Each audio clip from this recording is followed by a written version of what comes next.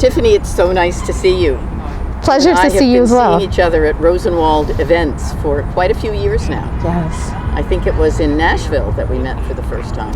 Correct. And so I just have to comment on your beautiful mask and your beautiful red dress. And you are a proud member of the Delta Sigma Theta sorority. And they have been so instrumental in the transformation of Ridgeley Rosenwald School. Correct. So can you tell a little bit about how that happened? So in 2004, 2005, there was a planning committee that planned for the restoration and preservation of Ridgeley Rosenwald School. And that committee was led by Maryland National Capital Park and Planning Commission, and Prince George's County Alumnae Chapter of Delta Sigma Theta Sorority Incorporated was one of the groups that partnered with them to plan for the preservation. And so we have actually been involved in the planning since the beginning.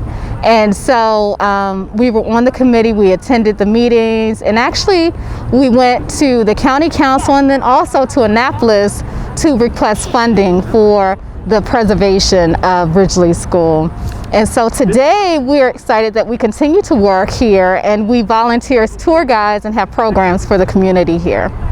And this building had been used as a office for the school bus depot. Yes, yes. So this school, since 1927, was owned by the Prince George's County Board of Education. And in recent years, the Maryland National Capital Park and Planning Commission actually took ownership of the school. But for many years, this was a school bus lot. And so during the renovation efforts, the bus lot, of course, was relocated while they did the renovation efforts. And there were actually gas tanks here when it was a bus slot. And so they relocated the gas tanks and of course renovated the school. And today it's just a beautiful, beautiful museum that tells the story of African American education in Prince George's County. And why do you feel that's a story worth telling? What is the essence of that story?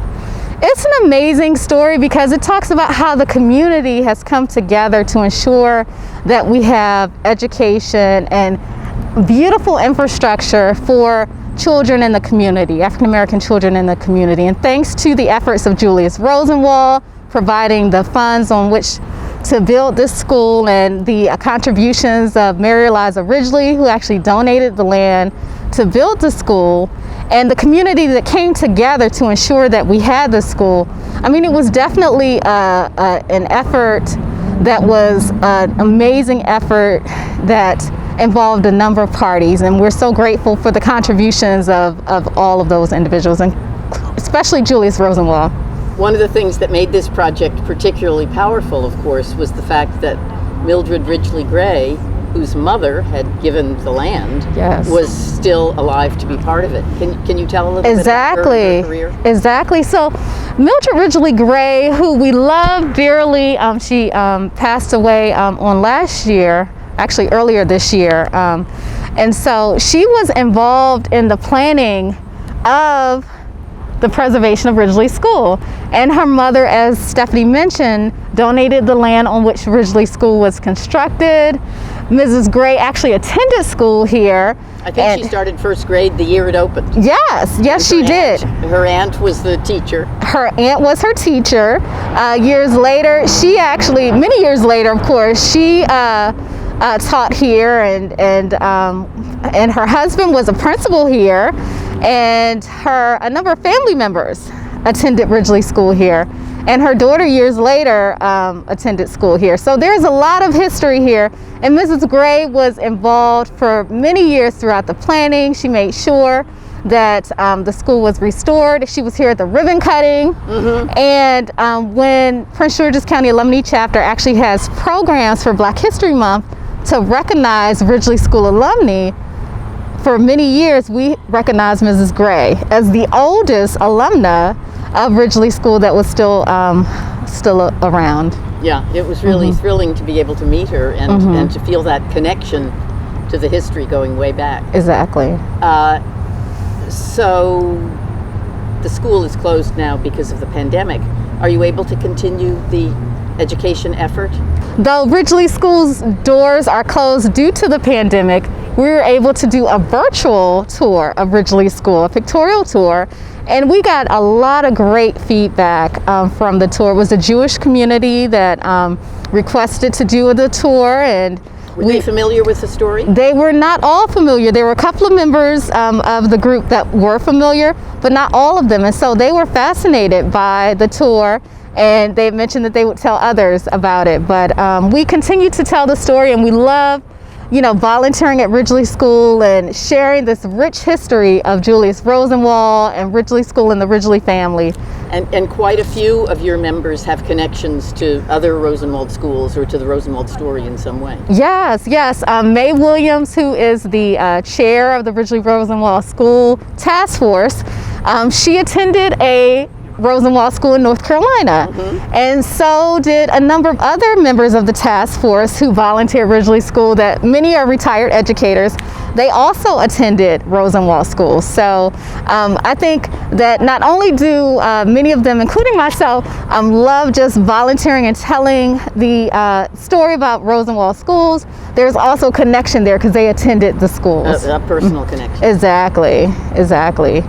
And I personally am grateful for the opportunity to work on the project, because since 2004, I worked on it as a planner, a public facility planner, working for the planning department at the time. And so, I was able to see the project from the beginning throughout the implementation of the project. And now today I volunteer as a tour guide with the Deltas, and so it's great to be able to see the project from beginning to end. Tiffany, tell me a little bit about how the building is used today, how the restored building is used. Okay, well, Ridgeley Rosenwald School is managed and operated by the Maryland National Capital Park and Planning Commission, the Prince George's County Department of Parks and Recreation. So Dennis Doster and the Black History Program actually manage this beautiful building, and they do it in partnership with the Prince George's County Alumnae Chapter of Delta Sigma Theta Sorority Incorporated. So we volunteer and provide programs here for the community. We also do tours, even though, of course, we have the pandemic right now. We still do tours. We do them today virtually, but previously individuals could call and set up an appointment, and we would do tours every Wednesday, and then also on the fourth Sundays. Well, Tiffany, you're aware, I think, of the campaign to create a Julius Rosenwald National Historic Site. Yes. What are your feelings about that?